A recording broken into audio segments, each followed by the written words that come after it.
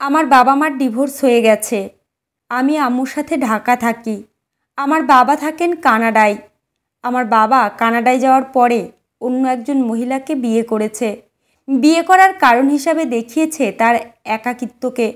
আব্বু কানাডা যাওয়ার আগে আম্মুকে বলে যায় যত দ্রুত সম্ভব কাগজ ঠিক করে আমাদেরকে নিয়ে যাবেন। আব্বু দেশে এসেছিল, তবে আমাদেরকে নিতে আসেনি। আব্বু এসেছিল আম্মুকে ডিভোর্স দিতে। আম্মু একটা এনজিওতে চাকুরি করে, মোটামুটি বেতনে। আম্মু খুবই আত্মসম্মান বোধসম্পন্ন মানুষ। আম্মু আব্বুর ডিভোর্সের বিষয়টা বেশিরভাগ মানুষ জানতে পেরেছে আমার নানু বাড়ির মানুষের কাছ থেকে। আম্মু এই বিষয়টা নিয়ে কারো সাথে কথা বলেনি। নানু আর মামা খুবই রাগারাগি করেছিল আমাদের বাসায় এসে, আর আম্মুকে বলেছিল শফিকের এই সিদ্ধান্ত আমাদেরকে কেন জানাসনি? আমাদের জানালে শফিক কোনোভাবেই পারতো না তোকে ডিভোর্স দিতে। কত বড় সাহস! মেয়ে আছে, সংসার আছে, আর সে কিনা কোনো এক খারাপ মহিলার পাল্লায় পড়ে তোকে ছেড়ে দেয়। ওকে বুঝতে হতো, আর ভালো কথায় না বুঝলে এমন ব্যবস্থা করতাম দেশ ছেড়ে বের হতে পারতো না। আর তোর শাশুড়ি কি বলে তার এত গুণের ছেলের বিষয়ে? এইসব কথার মাঝখানে আম্মু মামাকে থামিয়ে দিয়ে নানুকে এক কথাই বলে দেয়, মা, তোমাদের শফিককে এসব কথা বলে কোনো লাভ হতো না। তোমরা কেউ কিছু করতে পারতে না, কারণ শফিক অন্য একজনের সাথে ওকে জড়িয়ে ফেলেছে। আর সেখানে আমি কেন ওর সাথে জোর করে থাকব? আমি কি ওর করুণার পাত্র হয়ে ওর সাথে থাকব? আর একটা মানুষ আমার সাথে থাকতে চায় না, তখন তার সাথে থাকতে চাওয়ার মতো অপমানের লজ্জার আর কি হতে পারে? আমি অথর্ব কেউ না, আমি আমার জীবন একা চালাতে পারবো। তখন নানু আম্মুকে আরও বেশি করে বকা দিয়ে চলে যায়, আর যাওয়ার সময় বলে যায়, এত বেশি বোঝো বলেই তোমার জীবনটা এমন হলো। কারো কোনো কথার মূল্যই নেই তোমার কাছে। আমার নানুর বাসার সবাই আম্মুকে একটু সমঝে চলে, কারণ আম্মু খুবই রাগী আর নিজের মতো করে চলে। আমার দাদি খুবই দুঃখ পায় আব্বুর এই আচরণে। দাদি আমাদের সাথে থাকতো। আব্বু আম্মুর ডিভোর্সের পরে দাদি গ্রামের বাড়িতে চলে যায়। যাওয়ার আগে আম্মুকে বলে যায়, মা জলি, মানুষের সাথে মানুষের বিভিন্ন ধরনের সম্পর্ক হয়। আমরা পাশের বাসার মানুষকে খালা বলি, মামা বলি। কেন জানো? কারণ আমরা তাদের সাথে একটা সামাজিক সম্পর্ক তৈরি করি। সবাই রক্তের সম্পর্কের হয় না। আমরা তারপরেও তাদের জন্য মায়া অনুভব করি। আমরা তাদের ভালো মন্দে কষ্ট পাই।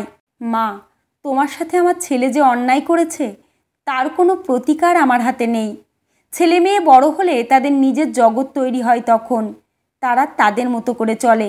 সেখানে মা বাবার কিছুই করার থাকে না। শোনো মা, শফিকের বউ হিসেবে আমি তোমার মা হয়েছিলাম। আজ যদি শফিক আর তোমার মধ্যে ডিভোর্স না হয়ে শফিক মরে যেত, তবে কি হতো? আমি তোমার শাশুড়ি মাই থাকতাম। কিন্তু আজ শফিক বেঁচে থাকার পরেও আমি তোমার কেউ না। শোনো মা, কোনো সম্পর্ক শুধু কাগজ দিয়ে হয় না, হয় মন দিয়ে। তোমার আর আমার সম্পর্ক হলো মা আর মেয়ের।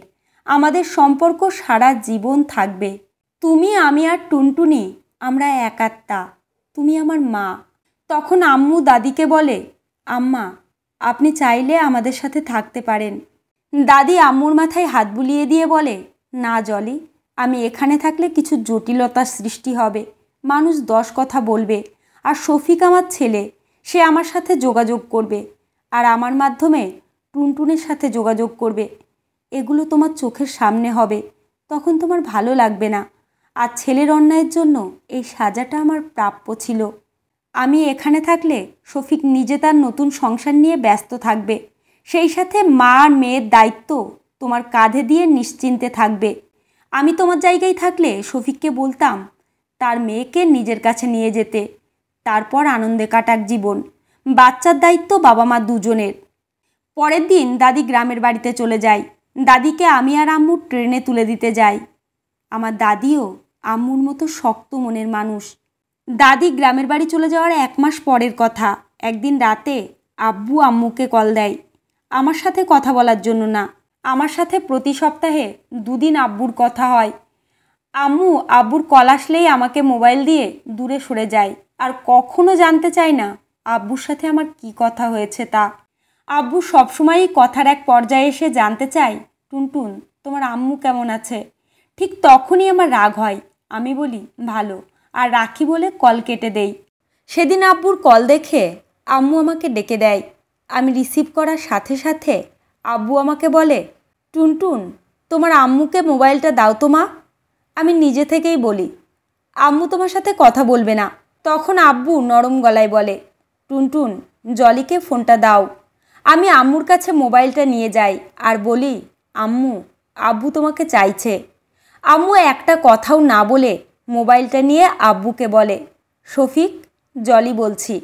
আমি একটু দূরে দাঁড়িয়েছিলাম। আব্বুর কথা আম্মু শুধু শুনছিল, কিছু বলছিল না। একবার শুধু বলেছিল, আমি শুনছি।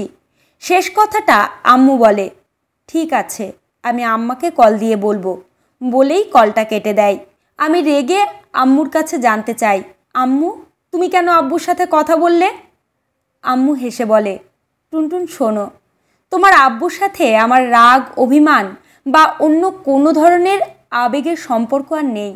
আমি কল রিসিভ না করলে তোমার বাবার মনে হতো আমি এখনও তার জন্য কষ্ট পাই। টুনটুন তোমার বাবা আমার জীবনে আর কোথাও নেই। আমি দৌড়ে আমার রুমে চলে আসি। আমি অনেকক্ষণ কান্না করি। আমি মনে মনে ভাবতাম আমার আব্বু এসে একদিন আমার আম্মুর কাছে মাপ চাইবে। তারপর আম্মু আব্বুকে অনেক বকা দেবে। তারপর আবার আমরা একসাথে থাকব। আজ আমি আবার বুঝতে পারছি আমার আব্বু আছে, আম্মু আছে, কিন্তু আমরা আর কখনো এক পরিবার হব না। আব্বু আমাদের সংসারটা নিজের হাতে ভেঙে ফেলেছে, যা জোড়া লাগবে না। পরের দিন আম্মু দাদিকে কল দেয় এবং অনেকক্ষণ কথা বলে। একসময় আম্মু দাদিকে বলে, আম্মা শফিক আপনাকে নিয়ে টেনশনে আছে, আপনি নাকি শফিকের কল রিসিভ করেন না। আম্মু দাদিকে আব্বুর কল রিসিভ করার কথা বলে আর বলে, আম্মা আপনি কল রিসিভ না করলে টুনটুনের বাবা আমাকে আবার কল দেবে, এটা আমার ভালো লাগবে না। আপনি কল রিসিভ করে ওর সাথে কথা বলে আপনার যা বলার বলে দিয়েন। দাদি প্রতিদিন একবার করে আমাকে কল দেয়, কথা বলে, আম্মুর সাথেও কথা বলে। আমরা আগে ছুটির দিনে বেড়াতে যেতাম নানু বাড়িতে, এখন খুব বেশি যাই না। নানু বাসায় গেলেই নানু, মামি আর মামা শুধু আব্বুকে নিয়ে আজে বাজে কথা বলে আর আমার সামনেই বলবে, তুই চাকরি করিস বলে কি হয়েছে? টুনটুন কি তোর একার মেয়ে?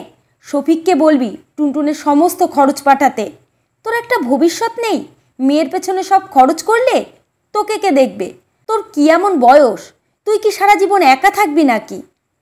নানু এই কথা বলার সাথে সাথে আম্মু রেগে যায় আর বলে, আম্মা আমার ভুল হয়েছে তোমাদের কাছে আসা, এর চাইতে বাসায় থাকা ভালো। তখন নানু চুপ হয়ে যায়। আমারও এসব কথার জন্য নানু বাসায় আসতে ইচ্ছে হয় না। তারপরেও আসি, কারণ আমাদের খুব বেশি কোথাও যাওয়ার জায়গা নেই। আব্বু আম্মুর ডিভোর্সের পর থেকে আমাদেরকে সবাই একটু এড়িয়ে চলে, কিন্তু আমার মামির রান্না আমার খুব ভালো লাগে। ডিসেম্বর মাস, আমার পরীক্ষা শেষ। বাসায় একা একা বসে থাকি মন খারাপ করে। আজ আম্মু রাতে খাওয়ার সময় আমাকে বলল, টুনটুন চলো আমরা কোথাও বেড়াতে যাই। আমি খুশি হয়ে উঠলাম। আম্মু বলল, টুনটুন আমি 1 সপ্তাহ ছুটি নিয়েছি, বলো তো কোথায় বেড়াতে যাওয়া যায়? আমি আর আম্মু একসাথে বসে প্ল্যান করছি কোথায় যাওয়া যায়। চিটাগং, কক্সবাজার, সিলেট, সাজেক। আম্মু হঠাৎ করে আমাকে বলল, টুনটুন তোমার দাদি বাড়ি গেলে কেমন হয়? আমি আম্মুর কথায় অবাক। আমি খুশিতে লাফিয়ে উঠলাম। আমি আম্মুর গলা জড়িয়ে ধরে শুধু বললাম, আম্মু তুমি অনেক অনেক ভালো। পরের দিন আমি আর আম্মু দাদির জন্য আর আমার জন্য শপিং করলাম। তার পরের দিন আমরা দাদি বাড়ি রওনা হলাম।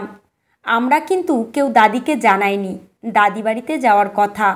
আমি আর আম্মু যখন দাদি বাড়ির গেটে রিক্সা থেকে নামছি, তখন আমাদের এক গ্রামের চাচু আমাদেরকে দেখতে পাই।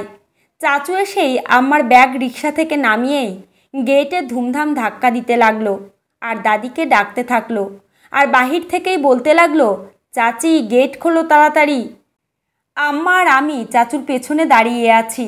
দাদি গেট খুলে চাচুকে কিছু বলতে গিয়েই আমাদের দেখলো। দাদি শুধু আমার দিকে হাত বাড়িয়ে দিল আর বলল, টুনটুন। আমি দৌড়ে গিয়ে দাদিকে জড়িয়ে ধরলাম। আমার মনে হচ্ছিল দাদি কাঁপছে, এখনই পড়ে যাবে। আমার দাদি কিন্তু খুবই শক্ত মনের মানুষ। আজ সেই দাদিও একটু পরপর চোখ মুছছে আর বলছে, জলিমা, তুমি আমার মেয়ে না, তুমি আসলেই আমার মা।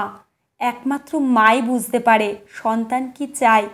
আজ তুমি আমার সব কষ্ট দূর করে দিলে। আমার জীবনে আর কোনো কষ্ট নেই। আমার মা আমাকে ত্যাগ করেনি। মা দাদিকে জড়িয়ে ধরে বলল, মা মেয়ের সম্পর্ক কি কখনো নষ্ট হয় মা?